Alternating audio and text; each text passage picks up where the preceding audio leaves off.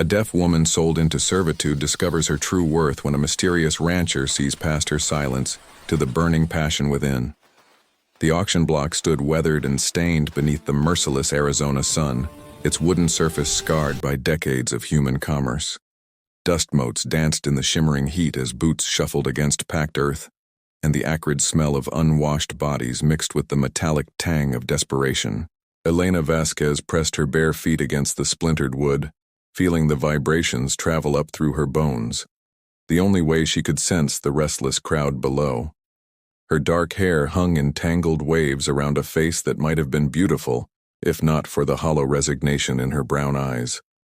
The rope binding her wrists had rubbed raw patches on her olive skin, and her simple cotton dress bore the stains of a 3-day journey from the mountain village that had cast her out. "What am I bid for this one?" The auctioneer's voice carried across the plaza, though Elena felt only the tremor of his boots on the platform. She'd learned to read lips years ago, when the fever took her hearing at age 7, but she kept her eyes fixed on the horizon where red cliffs jutted against the sky like broken teeth. A weathered rancher in the front row spat tobacco juice and raised 2 fingers. "2 goats," he called out, his voice thick with contempt. "She's deaf as a post, but she can still scrub floors." Elena's jaw tightened. She understood every word, though they thought her simple as well as silent. The village elders had sold her for the price of livestock, convinced that a woman who couldn't hear was worth less than the animals that grazed their hillsides. The auctioneer's gavel rose, ready to seal her fate, when a new voice cut through the desert air. $100. The crowd turned as one, necks craning to find the source of such an outrageous bid. Elena followed their gaze and felt her breath catch in her throat. He sat astride a black stallion at the edge of the plaza, a figure carved from shadow and sunlight. His hat was pulled low, but she could see the sharp line of his jaw, the way his gloved hands rested easy on the saddle horn. Everything about him spoke of controlled power, of a man who'd learned to move through the world like smoke, present but untouchable. "Sir, did you say 100? The auctioneer's voice cracked with disbelief. The stranger nudged his horse forward, and Elena caught her first clear look at his face. Weathered bronze skin stretched over high cheekbones, and his eyes were the color of winter storms. A scar ran from his left temple to his jaw, giving him the look of a man who'd stared death in the face and walked away unchanged. "You heard me right." His voice was quiet, but it carried the weight of absolute certainty. $100, gold. He reached into his vest and withdrew a leather pouch, letting it fall to the platform with a heavy thud that Elena felt through the soles of her feet. The crowd murmured like wind through dry grass, and she saw avarice kindle in the auctioneer's eyes. "Sold to the gentleman on the black horse." Elena's world tilted on its axis. In the space of a heartbeat, she'd gone from being worth 2 goats to commanding a fortune. But as the stranger dismounted and approached the platform, she felt a different kind of fear creep up her spine. What did a man pay such a price for, and what would he expect in return? He climbed the steps with fluid grace, his spurs chiming against the wood. Up close, she could see the silver threads in his dark hair, the network of fine lines around his eyes that spoke of years spent squinting into desert sun. When he reached for the rope binding her wrists, his fingers brushed her skin and she felt a jolt of electricity that had nothing to do with the dry air. "Easy," he murmured, though she couldn't hear the words. She read them on his lips, saw the gentleness in his storm-gray eyes. "I'm not going to hurt you." The rope fell away and Elena rubbed her chafed wrists, never taking her eyes from his face. He was studying her with an intensity that made her feel exposed, as if he could see past the silence to the thoughts churning beneath. "Can you ride?" he asked, his lips moving slowly so she could follow. Elena nodded, though it had been years since she'd sat a horse. In the village, deaf girls weren't trusted with valuable animals. He led her to where a second horse waited, a gentle-eyed mare the color of autumn leaves. As Elena settled into the saddle, she caught the stranger watching her with something that might have been approval. "My name is Marcus Stone," he said, positioning himself where she could see his face clearly. "I own a ranch in the cliffs north of here. You'll be safe there. Safe." The word was foreign on her tongue, a concept she'd almost forgotten. As they rode out of the plaza, leaving behind the stares and whispers of the crowd, Elena dared to hope that perhaps her life was about to change in ways she'd never imagined. The desert stretched before them like a canvas painted in shades of gold and crimson, and for the first time in years, Elena felt something stir in her chest that might have been the beginning of freedom. The ride to Stone's ranch took them through country that seemed carved from dreams and nightmares in equal measure.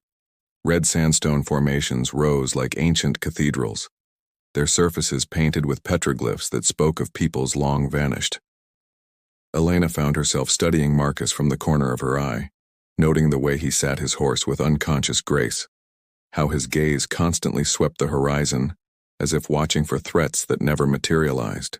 They stopped to water the horses at a natural spring hidden in a grove of cottonwoods.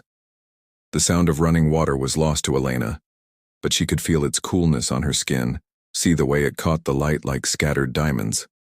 Marcus dismounted and filled their canteens, his movements economical and sure. It was then that Elena noticed the letter. It had fallen from Marcus's saddlebag when he'd reached for the water containers, a piece of cream-colored paper that stood out against the red earth like a flag of surrender. Elena slipped from her mare's back and retrieved it before the desert wind could claim it, intending to return it without looking. But the handwriting on the envelope stopped her cold. She recognized that elegant script, those carefully formed letters that had once filled the margins of her childhood books. Sister Catherine, the nun who'd taught her to read and write before the village decided that educating a deaf girl was a waste of resources. The envelope was addressed to Marcus Stone, Cliff's Edge Ranch, but it was the return address that made Elena's blood run cold. St. Mary's Mission School for the Deaf, Santa Fe.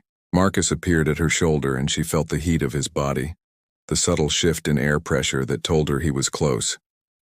When she looked up, his face was unreadable, but she saw something flicker in his eyes. Surprise, perhaps, or recognition.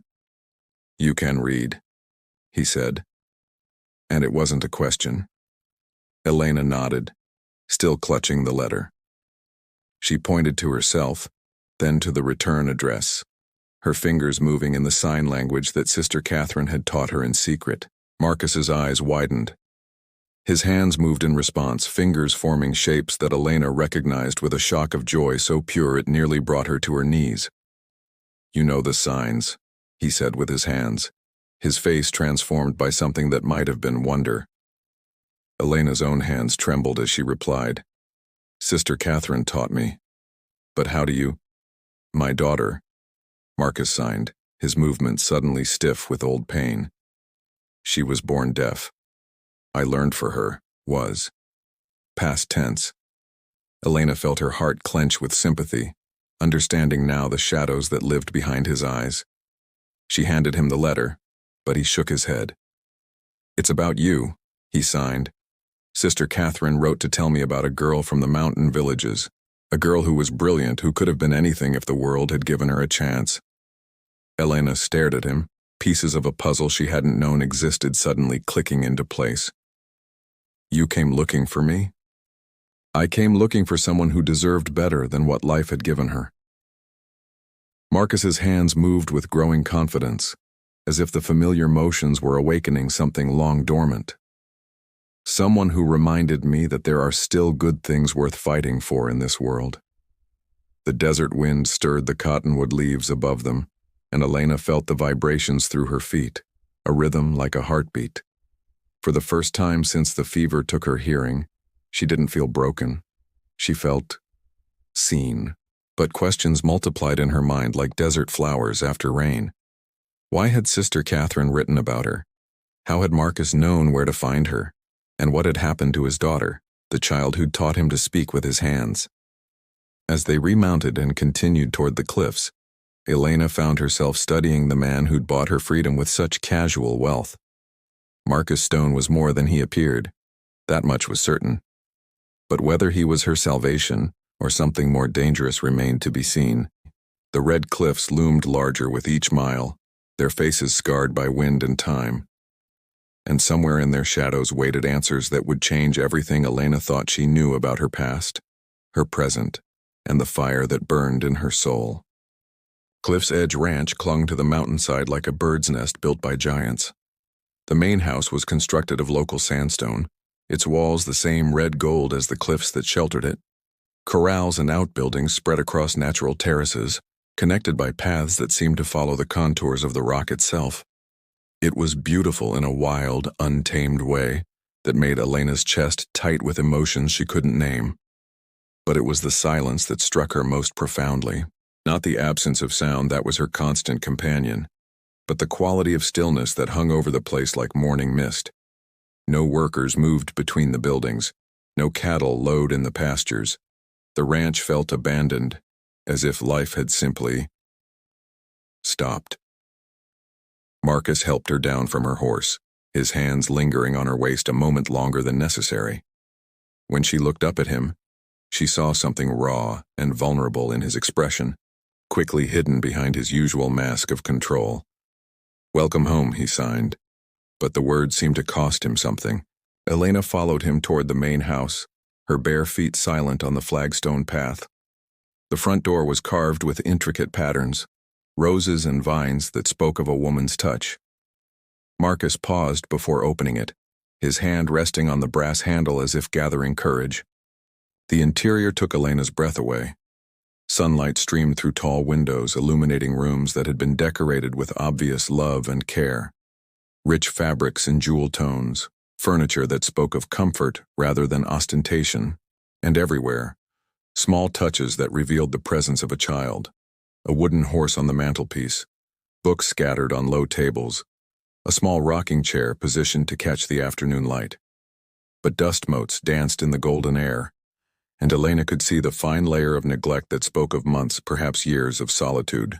Marcus led her to a room on the second floor, its windows facing east toward the desert they'd crossed.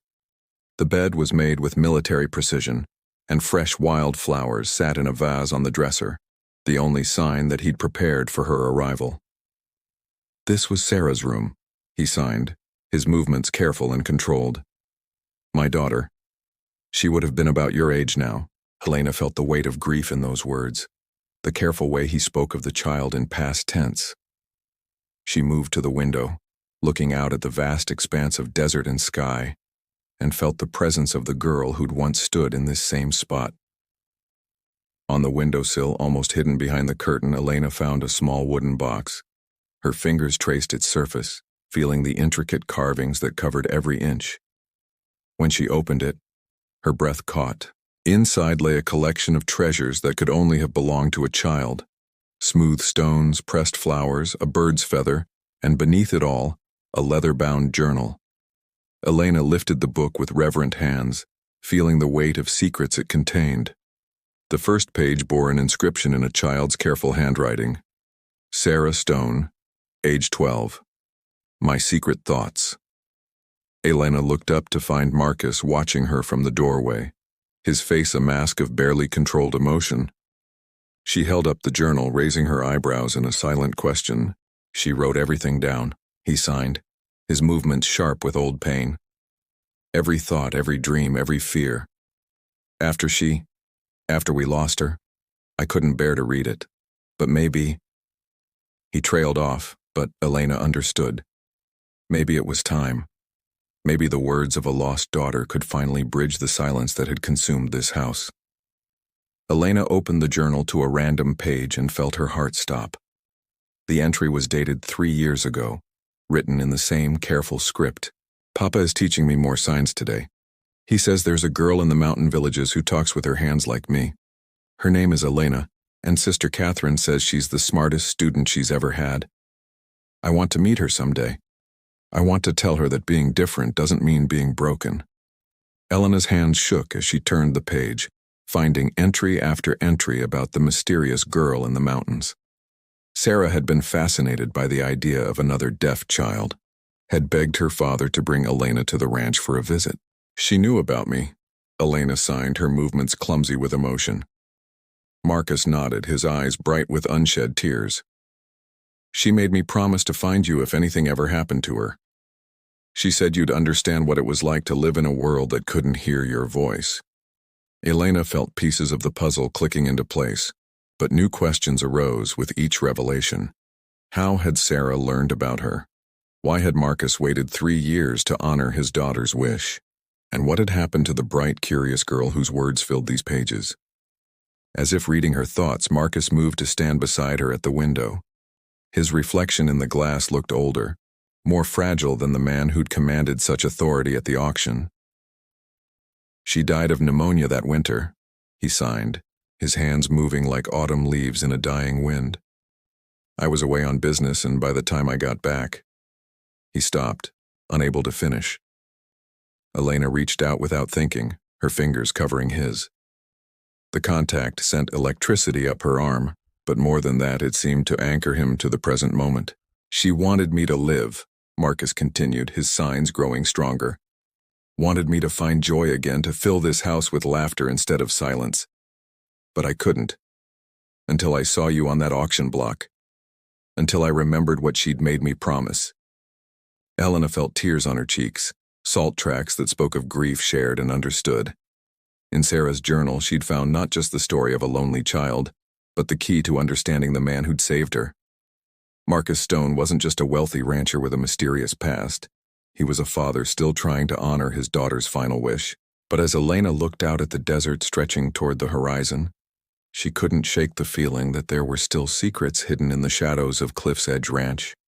Secrets that would test everything she thought she knew about the man who'd bought her freedom and the daughter who'd dreamed of meeting her.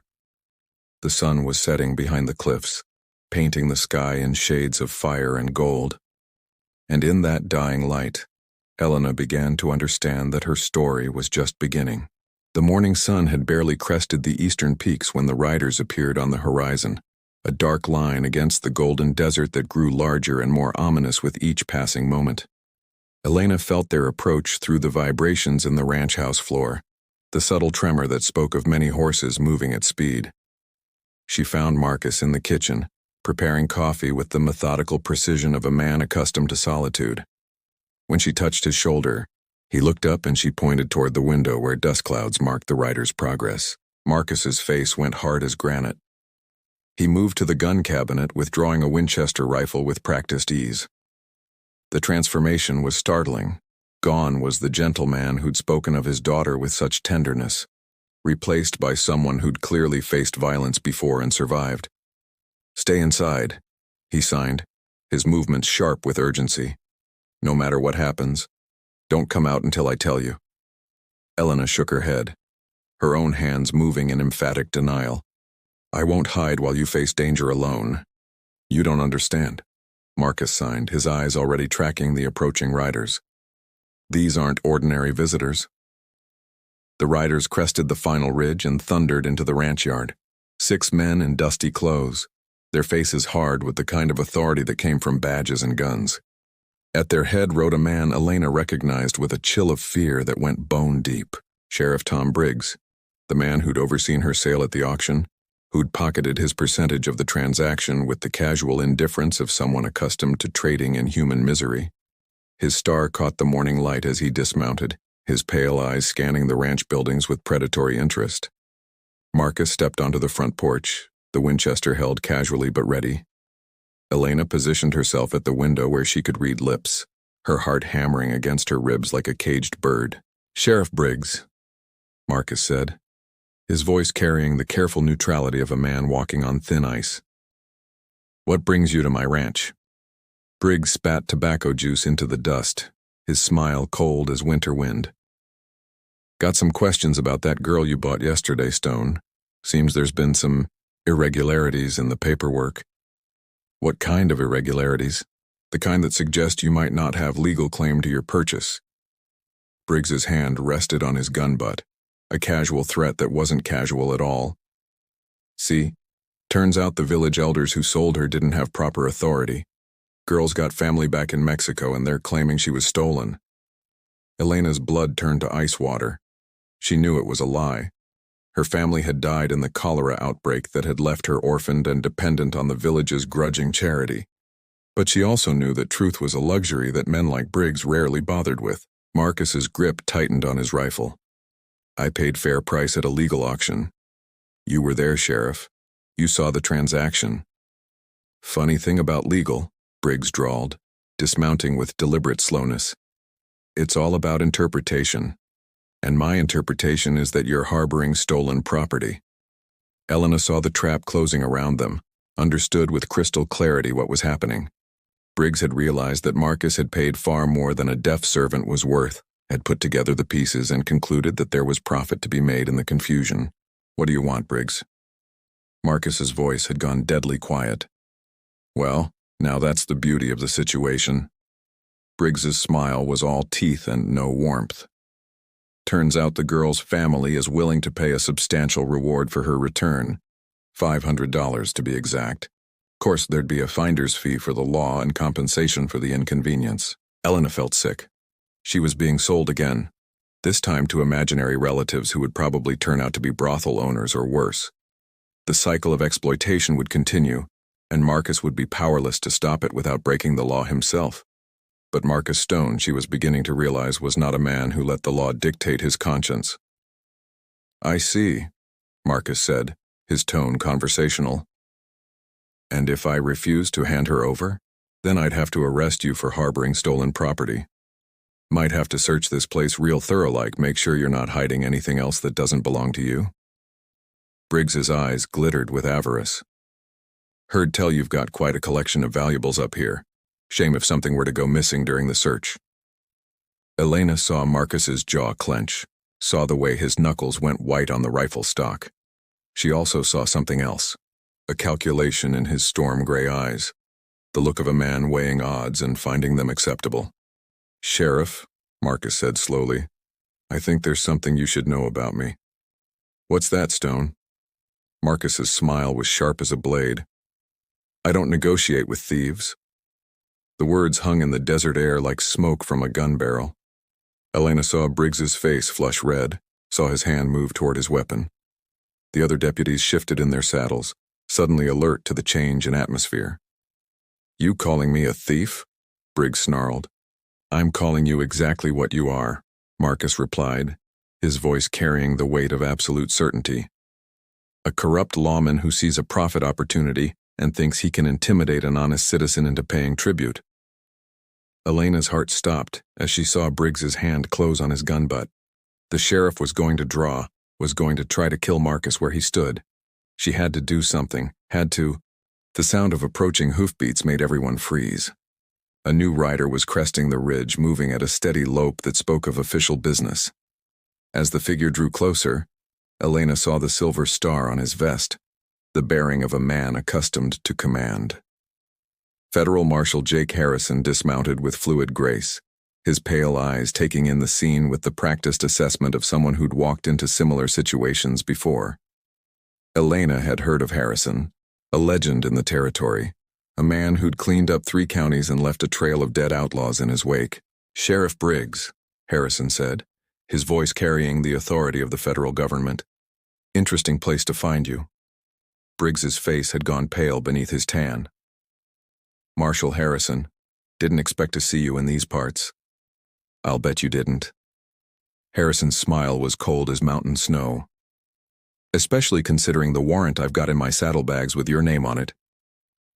Elena felt the world tilt on its axis. A federal warrant? For Briggs? "Now see here, Marshal," Briggs began, but Harrison cut him off with a gesture. "Tom Briggs, you're under arrest for corruption, extortion, and conspiracy to commit human trafficking. You have the right to remain silent, though I doubt you'll exercise it." The deputies looked at each other uncertainly, clearly unsure whether their loyalty lay with their corrupt sheriff or the federal law. Harrison settled the question by drawing his own weapon with lightning speed. "Any of you boys want to join your boss in federal prison? Just reach for those guns," he said conversationally. "Otherwise, I suggest you ride back to town and start looking for honest work." Elena watched in amazement as Briggs was shackled and loaded onto his horse like a sack of grain. The deputies melted away into the desert, suddenly eager to be anywhere else. In the space of 10 minutes, the threat that had seemed so overwhelming had simply evaporated. Harrison approached the porch where Marcus still stood, the Winchester now lowered but not forgotten. "Mr. Stone," the marshal said, touching his hat brim. "Sorry for the inconvenience. We've been tracking Briggs's operation for months, waiting for him to make a mistake big enough to hang him with. Operation? Marcus asked. Human trafficking ring. Briggs and his cronies have been selling people, mostly women and children, to buyers across the territory. Your purchase yesterday was the final piece of evidence we needed.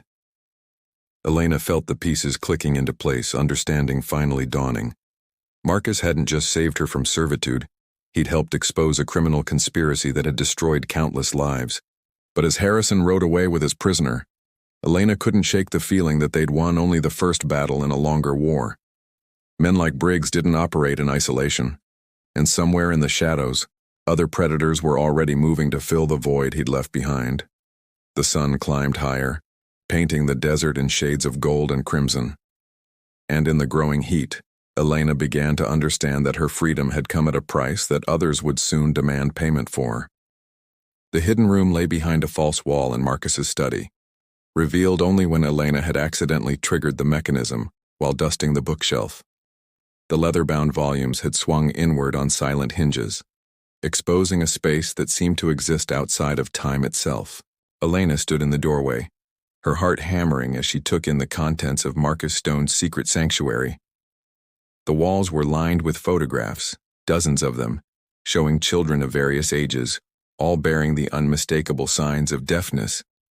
Some were formal portraits, others candid shots of kids playing, learning, living lives that the outside world had deemed worthless. But it was the desk in the center of the room that drew her attention like a magnet. Its surface was covered with correspondence, ledgers, and what appeared to be financial records. Elena moved closer, her bare feet silent on the thick carpet, and began to read. The letters were from missions, schools, and charitable organizations across the Southwest. Each one told a similar story: deaf children abandoned by families who saw them as burdens, sold into servitude, or worse. And in response to each letter, Marcus had written checks, made arrangements, provided sanctuary for those who had nowhere else to turn. Elena's hands trembled as she opened one of the ledgers. Page after page of entries, each representing a life saved, a child given hope. The amounts were staggering: thousands of dollars spent on education, medical care, and safe passage to better lives. Marcus Stone wasn't just a wealthy rancher. He was running an underground railroad for the deaf and disabled. I wondered when you'd find this place. Elena spun around to find Marcus standing in the doorway, his expression unreadable. She'd been so absorbed in her discovery that she hadn't felt his approach, hadn't sensed the subtle shift in air pressure that usually warned her of another's presence. How long? She signed, her movements sharp with emotion. Since Sarah died, Marcus replied, his hands moving with the fluid grace that still surprised her. She made me promise to help others like her, to use our wealth for something more than just accumulating more wealth. Elena gestured at the photographs, the letters, the evidence of a secret crusade that had consumed 3 years of his life. All of this, for strangers? Not strangers, Marcus corrected, moving to stand beside her at the desk. Family. Every child who's been cast aside because the world can't see past their differences. They're all Sarah's brothers and sisters in my mind. Elena felt tears on her cheeks, salt tracks that spoke of emotions too complex for simple categorization. She'd thought Marcus had saved her out of kindness, perhaps even attraction. But the truth was far more profound. She was part of something larger, a mission that gave meaning to his grief. The auction, she signed, understanding flooding through her like desert rain. You weren't there by chance. Marcus shook his head. Sister Catherine sent word that you were being sold. I've been tracking Briggs's operation for months, trying to gather evidence while saving as many victims as possible. You were the key to bringing him down. Elena stared at him, feeling the ground shift beneath her feet. I was bait. No. Marcus's signs were emphatic, desperate. You were never bait. You were a person who deserved better than what the world had given you. The fact that saving you also helped expose Briggs was just providence. But Elena was reading between the lines now, seeing the careful orchestration behind what she'd thought was spontaneous rescue. The federal marshal's timely arrival, the warrant that had been waiting for just the right moment, the way Marcus had goaded Briggs into revealing his true nature, it had all been planned. "How many others?" she asked, her hands moving with mechanical precision. Marcus hesitated, and in that pause, Elena saw the truth. She moved to the filing cabinet in the corner, pulling out drawer after drawer of records. Names, dates, locations, a catalog of human misery that stretched back years. 43, Marcus said quietly. 43 children saved, relocated, given new lives. You're number 44. Elena felt something cold settle in her chest. She was a number, a case file, another entry in Marcus Stone's ledger of good deeds. The man who'd made her feel seen, who'd spoken to her in the language of her heart, had been playing a role as surely as any actor on a stage. "The room upstairs," she signed, her movements becoming sharper, more aggressive. "Sarah's room. You prepared it for me because you knew I was coming." Marcus's face crumpled. "Elena, please. It's not what you think. Isn't it?" Elena pulled out a folder with her name on it, opened it to reveal correspondence dating back months. Sister Catherine's letters, reports on her situation in the village, even a photograph that must have been taken without her knowledge. "You've been watching me, planning this rescue, orchestrating every detail. What was I supposed to be? Grateful? Indebted? Another success story for your collection? You were supposed to be free," Marcus said, his signs becoming desperate. "That's all I ever wanted. For you to have the chance that Sarah never got to grow up. To live. To choose your own path." Elena laughed, a sound she couldn't hear but felt in her chest like breaking glass. "Choose my own path? I'm living in your dead daughter's room, wearing clothes you bought for me, eating food you provide. How is that freedom?" Marcus reached for her, but she stepped back, putting the desk between them like a barrier. In his storm-gray eyes she saw pain that matched her own, but also something else. Guilt, perhaps, or the recognition that his noble intentions had created their own kind of prison. "Elena, She held up her hand, cutting off his words. The photographs on the walls seemed to mock her now. All those saved children who'd probably felt the same gratitude, the same confusion, the same slow realization that they'd simply traded one form of dependence for another. "I need time," she signed, her movements final as a closing door. "I need to think." Elena pushed past him, fleeing the hidden room and its catalog of calculated compassion. She ran through the house, past the carefully prepared bedroom, past the kitchen where Marcus had made her coffee with such gentle attention, past all the evidence of a life that had been planned for her by someone else. She didn't stop until she reached the cliff's edge, where the red rock fell away into empty air and the desert stretched to the horizon like a promise of endless possibility. The wind whipped her hair around her face, and she felt the vibrations of the earth beneath her feet, the steady pulse of a world that existed beyond human schemes and noble intentions. Behind her, she sensed Marcus's approach, felt the subtle shift in air pressure that announced his presence. But she didn't turn around, didn't acknowledge him. She stood at the edge of everything she'd thought she knew, staring into an abyss that might be freedom or might be just another kind of cage. The sun was setting, painting the sky in shades of fire and gold, and in that dying light, Elena began to understand that the most dangerous prisons were the ones built with love and good intentions, because they were the hardest to escape. The attack came at dawn, when the desert air was still cool and the shadows lay long across the ranch yard. Elena felt it first as a tremor in the floorboards, a rhythm that spoke of many horses moving fast and hard.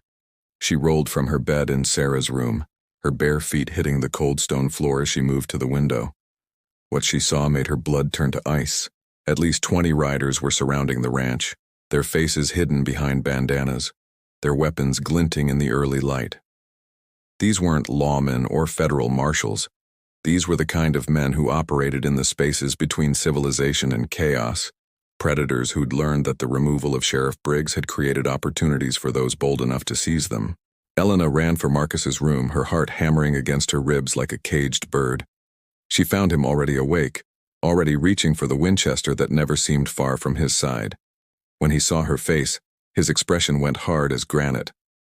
How many? He signed, his movements sharp with urgency. Elena held up 2 hands twice, then added her fingers to indicate the full count. Marcus's jaw clenched, and she saw him calculating odds that didn't favor their survival. The hidden room, he signed. There's another way out, a tunnel that leads to the cliffs. Sarah and I used to play hide-and-seek there. Elena shook her head emphatically. I won't leave you to face this alone. Elena, you don't understand. The front door exploded inward with a crash that Elena felt through the soles of her feet. Boots thundered on the wooden floors below, and she heard the distinctive sound of furniture being overturned, of men searching for something specific. Marcus grabbed her hand, pulling her toward the back stairs that led to his study. But as they reached the landing, a figure stepped out of the shadows, a tall man with dead eyes and a smile that belonged in nightmares. Well, well, the man drawled, his voice carrying the cultured tones of someone who'd once moved in better circles. Marcus Stone, the great savior of the unfortunate, and his latest acquisition. Elena read the words on his lips, felt Marcus tense beside her like a coiled spring. This wasn't a random attack, this was personal. Caldwell, Marcus said, his voice flat with recognition. I thought you were dead. Reports of my demise were greatly exaggerated, Caldwell replied, his gun never wavering from Marcus's chest. Though I did spend some very unpleasant months recovering from our last encounter, gave me time to think, to plan, to consider how best to repay your kindness. Elena saw the history between these men in the set of Marcus's shoulders, the way his hand tightened on his rifle. Whatever had happened before, it had left scars that went deeper than flesh. What do you want? Marcus asked. Justice, Caldwell said, his smile widening. You cost me everything, Stone. My business, my reputation, my future. Seems only fair that I return the favor. Elena felt pieces of a puzzle clicking into place, understanding dawning like a cold sunrise. Caldwell wasn't just another outlaw. He was part.